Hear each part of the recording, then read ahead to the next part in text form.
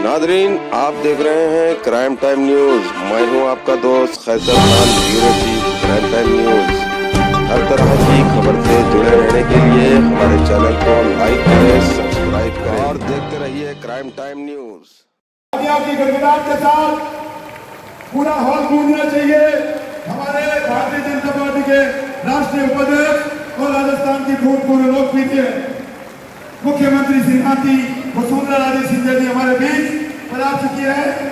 हम उनका तालियों की गड़गड़ाहट के साथ अभिनंदन करें, स्वागत करें। एक बार सभी अपनी मोबाइल लाइट लगा करके महारानी साहिबा का अभिनंदन करें, स्वागत करें। कृपया मंच को खाली कर दे।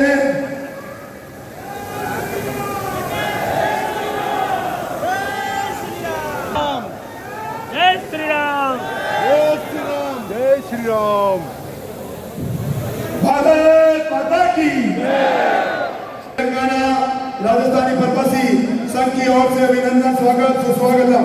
हमारे बीच में श्रीमान यूनिस खान जी राजस्थान के, मैं उनसे निवेदन करूंगा कृपया मंच पर पधारें।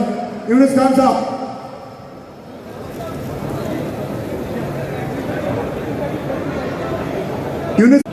इस सुंदरी के अंदर एक बहुत बड़ा सम्मान है भाई। मैं कहती हूँ ना, हमेशा एक सुंदरी बड़ी हल्की दीदी है, परंतु इसके अंदर इतनी जिम्मेदारी है, इतना प्यार है कि बहुत बात है। और इस प्यार को धन्यवाद देना चाहिए।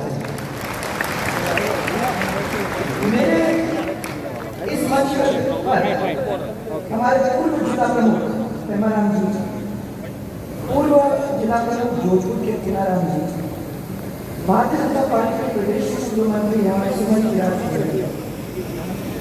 हमारे युवा नेता सुनील कुमार जी, प्लीज मैं भी देख सकती हूँ। मजे लो क्या है? ऐसा लगना नहीं चाहिए कि बहुत मेहनत करके आज पसीना बहा के आप लोग थके मारने यहाँ पहुँच गए हो। ऐसा लगना चाहिए कि इस लड़ाई का आगाज अपने आज कर दिया है, तो इसकी कितनी जोरदार ताकत है वो मालूम पड़ना चाहिए। क्योंकि समाज के सब लोग जो यहाँ बैठे हुए, मेरे को ये कहा कि 36 समाज यहाँ बैठे हुए हैं, कोई ना कोई रिप्रेजेंटेटिव उनका यहाँ बैठा हुआ है, और ये सब समाज के अध्यक्ष जो हमारे मंच पर बैठे हुए हैं। मेरा तो ये कहना है कि भाई लोग जोर से आवाज होगी तो हमें मालूम पड़ेगा कि वाकई में यहाँ सब जो बैठे हुए हैं वो 36 कौम के समाज की आवाज यहाँ उठाने के लिए तैयार बैठे हैं।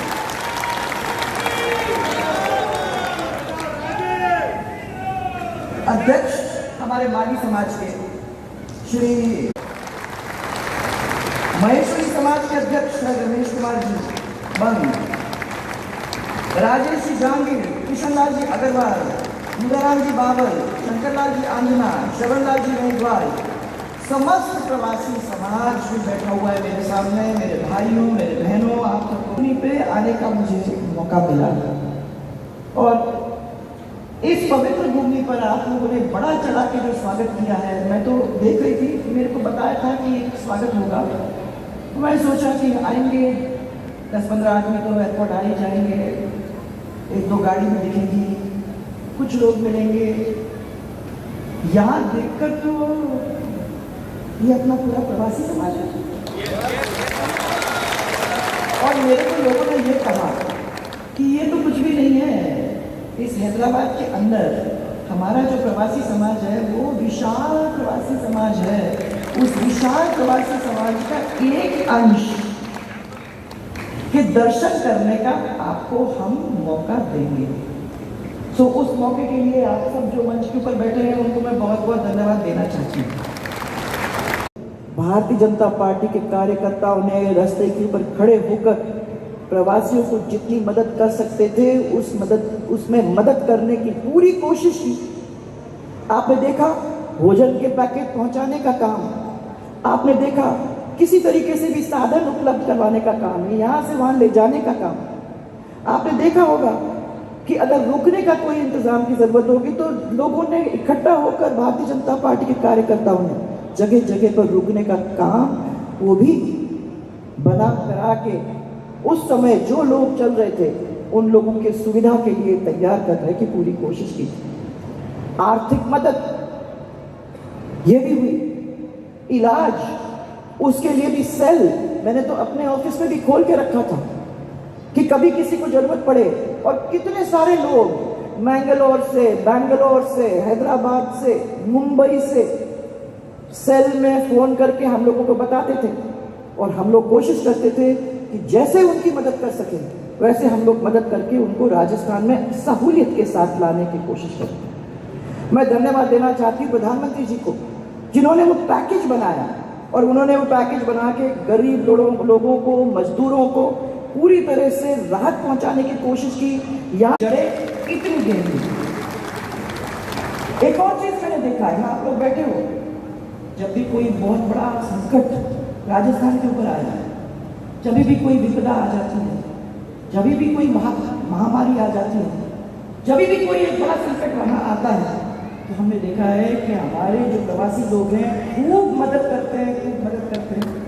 अपने गांव के अंदर अगर जरूरत पड़ती है अस्पताल की या स्कूल की या प्याऊ की या कॉलेज की या किसी की शादी कराने की या कोई सामुदायिक भवन की या कोई बीमार है उसको मदद करने की जरूरत पड़े, तो हाथ अभी पीछे कभी नहीं हटता, हमेशा वो प्रवासी खड़ा रहता है। और इस चीज के लिए अपने गांव के, मैं उनके गांव में जाती हूँ तो मैं देखती हूँ कि उन गांव के अंदर एक अलग ही सोच विचार है। और गांव के अंदर एक, आप जाके देखोगे कि उसके अंदर एक अलग ही किस्म का रहन सहन है। लोग सब जानते हैं कि वो साउथ में रहे हैं या कलकत्ता में रहे हैं या गुजरात में रहे हैं या कहीं भी देश के अंदर या बाहर से आए हैं, तो दिखता है उस गांव के अंदर, क्योंकि वो लोग जाके वहां मदद करने की पूरी कोशिश में कोई कसर नहीं छोड़ते। और निवेश की जब बात होती है तो अपने जितना कुछ पीछे वहां भेज सकते हैं, वहां अपने बैंक अकाउंट के अंदर, वहां अपने परिवारों के लिए, वहां अपने गांव के लिए वो जरूर भेजने का काम करते हैं। परंतु मैं देख रही हूं एक 3.5 साल से एक सरकार को हम लोग देखते आ रहे हैं, निवेश इतने दूर जाकर किया है, उसके लिए आप सबकी मैं बहुत बहुत आभार है। मैं बात कर रही थी यहाँ आते आते, मुझे मालूम है कि प्रवासी ऐसे ही छोड़ के नहीं जाता। जब वो अपने प्रदेश को छोड़ता है, अपने रहने का गांव को छोड़ के आता है और इतने दूर जाता है, तो कुछ लेके नहीं आता, खाली हाथ आता है, झंडा गाड़ता है और अपने समय के अंदर राजस्थान की इज्जत को बढ़ाने का काम करता है। और जिस प्रदेश के अंदर वो गए हैं उनकी वजह से उस प्रदेश की इज्जत में भी बढ़ावा आता है। इसलिए आपको डबल धन्यवाद, क्योंकि तेलंगाना के अंदर आके आप लोगों ने भी कोई कम काम नहीं किया है। मैं तो समझती हूँ कि तेलंगाना के सब लोग भी आप लोगों को आके धन्यवाद देते होंगे, आप लोगों को बुलाते होंगे, आपके समाजों के जो लोग हैं उन लोगों को आगे करते होंगे। जब चुनाव आता है तो आपकी जरूरत कुछ होती ही होगी। ये तेलंगाना की बात है।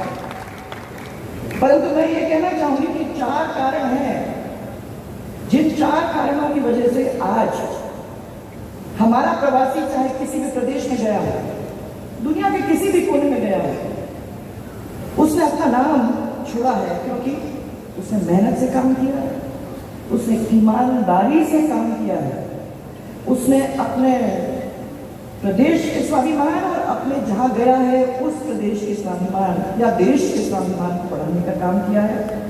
और उसकी मिलनसारिता इतनी अच्छी है, जैसे दूध में शक्कर बोलते ना, वैसे ही घुल मिलकर रहने का काम वो लोग करते हैं।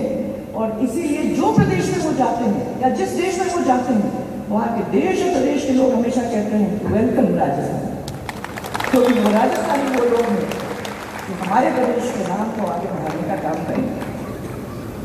तो इसलिए सबसे बड़ी बात तो यह है कि हमारा जो प्रदेशवासी बाहर जाता है, प्रवासी बनता है, वो अपने प्रदेश को भूलता नहीं, उसकी जड़ें इतनी गहरी हैं, और मैंने बार बार देखा है कि जड़ें इतनी गहरी हैं कि जब जब उसको मौका मिलता है, और साल में तो एक दफा दो दफा तो जरूर, वो वापस अपने प्रदेश में आता है, अपने गांव में जाता है, और उस गांव के अंदर गांव वासियों को कुछ ना कुछ देकर ही जाता है, कुछ ना कुछ बनाकर ही जाता है। और इसीलिए राजस्थान का प्रवासी राजस्थान से दूर नहीं है, राजस्थान